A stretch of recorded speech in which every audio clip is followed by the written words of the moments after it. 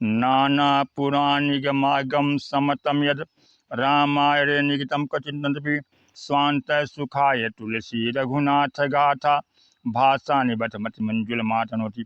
कथा प्रेमी सज्जनों, गोस्वामी तुलसीदास जी अपने मन को एकाग्र करने और अंतःकरण के सुख हेतु श्री रघुनाथ जी की गाथा को मृदु अवधि भाषा में लिपिबद्ध किए, क्योंकि श्री राम जी का प्राकट अवध में हुआ था।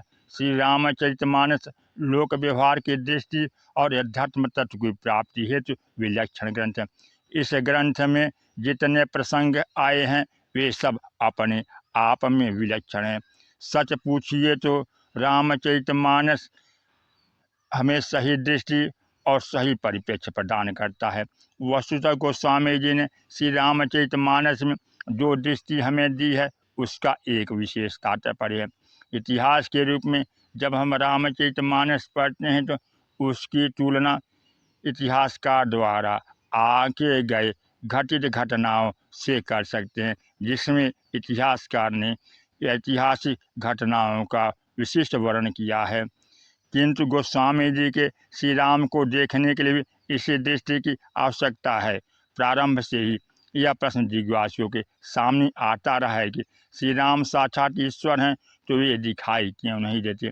तो कहा गया कि ईश्वर केवल चर्म चक्षुओं से दिखाई नहीं देता। श्री रामचरितमानस में उसे एक भिन्न रूप में प्रस्तुत किया गया।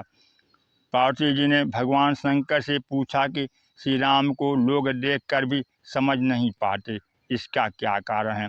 उत्तर में भगवान शंकर कह सकते थे कि दृष्टि के अभाव में ईश्वर का दर्शन कैसे होगा। लोगों के पास दृष्टि नहीं है, इसलिए लोग श्री राम को पहचानने में असमर्थ है। लेकिन भगवान शंकर ने एक अनोखा वाक्य कहा, मुकुर मलिन अरुनयन विहीना राम रूप देखहि किमि दीना। ये बेचारे निरीह जिन जिनके पास दृष्टि नहीं है और दृष्टि के साथ साथ जिनके पास दर्पण का भी अभाव है, वे श्री राम को कैसे देखेंगे। यहाँ भगवान शंकर ने दृष्टि के साथ एक वस्तु और जोड़ दी। श्री राम को देखने के लिए केवल दृष्टि ही नहीं, दर्पण की भी आवश्यकता है। साधारण दृष्टि से अगर विचार करें तो यह बात बड़ी अटपटी लगती है, पर इसमें जो अटपटापन है उसी में भगवान शंकर ने सैद्धांतिक सत्य का निरूपण किया है। साधारण तर्क के अनुसार तो अपने को देखना सरल होना चाहिए और दूसरे को देखना कठिन, किंतु गहराई से विचार करने पर तथ्य इससे सर्वथा भिन्न प्रतीत होता है।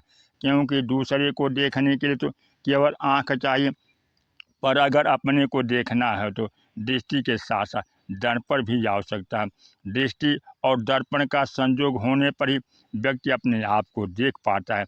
अतः जब गोस्वामी जी कहते हैं कि श्री राम बिना दृष्टि और दर्पण के दिखाई नहीं देंगे, तो इसका अभिप्राय यह है कि अगर श्री राम केवल भिन्न के रूप में अलग दिखाई देते तो केवल दृष्टि की आवश्यकता थी, दर्पण की नहीं। अतः भगवान शंकर कहते हैं कि दृष्टि के साथ साथ दर्पण भी चाहिए और रामचरितमानस में यही प्रार्थना की गई है। सत्संग का उद्देश्य यह है कि दृष्टि भी प्राप्त हो और दर्पण भी। इसलिए गोस्वामी जी गुरुदेव जी की वंदना करते हुए कहते हैं, गुरु पद रज मृदु मंजुलयंजन नयन दिज दोष विभंजन। मैं गुरु चरणों का आश्रय लेता हूँ, जिनकी चरण धूलि के द्वारा नेत्र के दोष मिटते हैं। इस प्रकार बालकांड में तो उन्होंने गुरु चरणों के द्वारा नेत्र के दोष का निवारण किया, किंतु अयोध्या कांड के प्रारंभ में आपने पढ़ा होगा, यदि न पढ़ा हो तो हनुमान चालीसा के प्रारंभ में जो प्रसिद्ध दोहा है, दोनों एक ही है। श्री गुरु चरण सरोज रज। गुरुदेव की चरण धूलि की मैं वंदना करता हूँ। गोस्वामी जी से कोई पूछ सकता है कि आपने तो बड़े विस्तार से बालकांड के प्रारंभ गुरुदेव की चरण धूलि का वर्णन किया है, उनकी कृपा के द्वारा अपने दृष्टि दोष का निवारण किया है और उनसे नई दृष्टि पाकर तो आपने रामचरितमानस की रचना की है। अब अयोध्या कांड में आपको क्या हो गया जो आप फिर से गुरुदेव की स्तुति करने लगे। इस पर गोस्वामी जी ने कहा कि भाई, गुरुदेव की कृपा से मेरी दृष्टि का दोष तो मिट गया, पर अभी दर्पण में दोष बाकी है, और जब तक दृष्टि और दर्पण दोनों निर्मल नहीं होंगे तब तक श्री राम का साक्षात्कार नहीं होगा। इसलिए अयोध्या कांड के प्रारंभ में वंदना करता हूँ श्री गुरु चरण सरोज रज निज मन मुकुर सुधारी। गुरुदेव की चरण धूलि के द्वारा मैं अपने मन के दर्पण को स्वच्छ करता हूँ और उसके पश्चात भगवान के निर्मल चरित्र का वर्णन करता हूँ।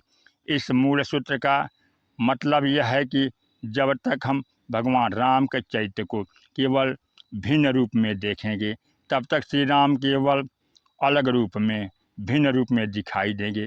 किंतु जब गोस्वामी जी यह कहते हैं कि श्री राम को देखने के लिए दृष्टि और दर्पण दोनों का उपयोग कीजिए, तो इसका सांकेतिक तात्पर्य है कि जब हम दर्पण के सामने खड़े होते हैं तो उसमें अपने आप को भी देखते हैं।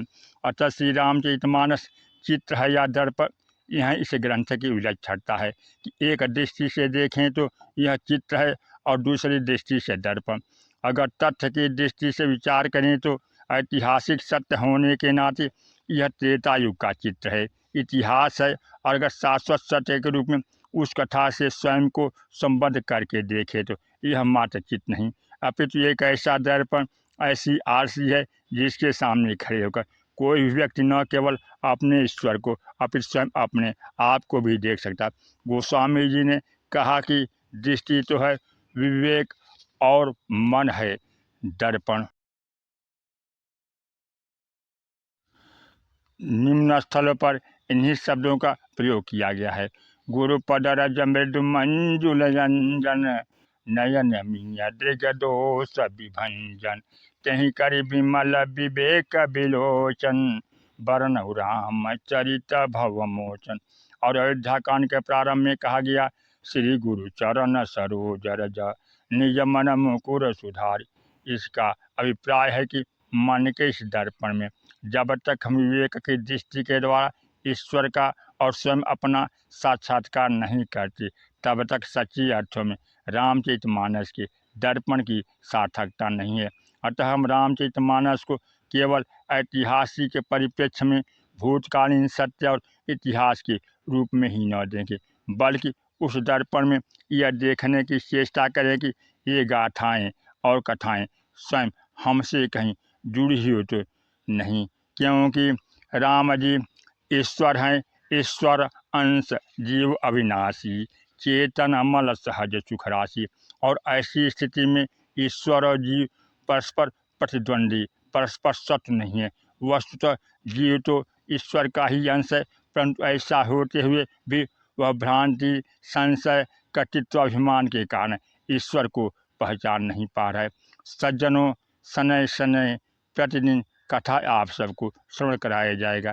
चैनल पर नए हैं तो चैनल को सब्सक्राइब करें, कथा को लाइक करें, शेयर करें।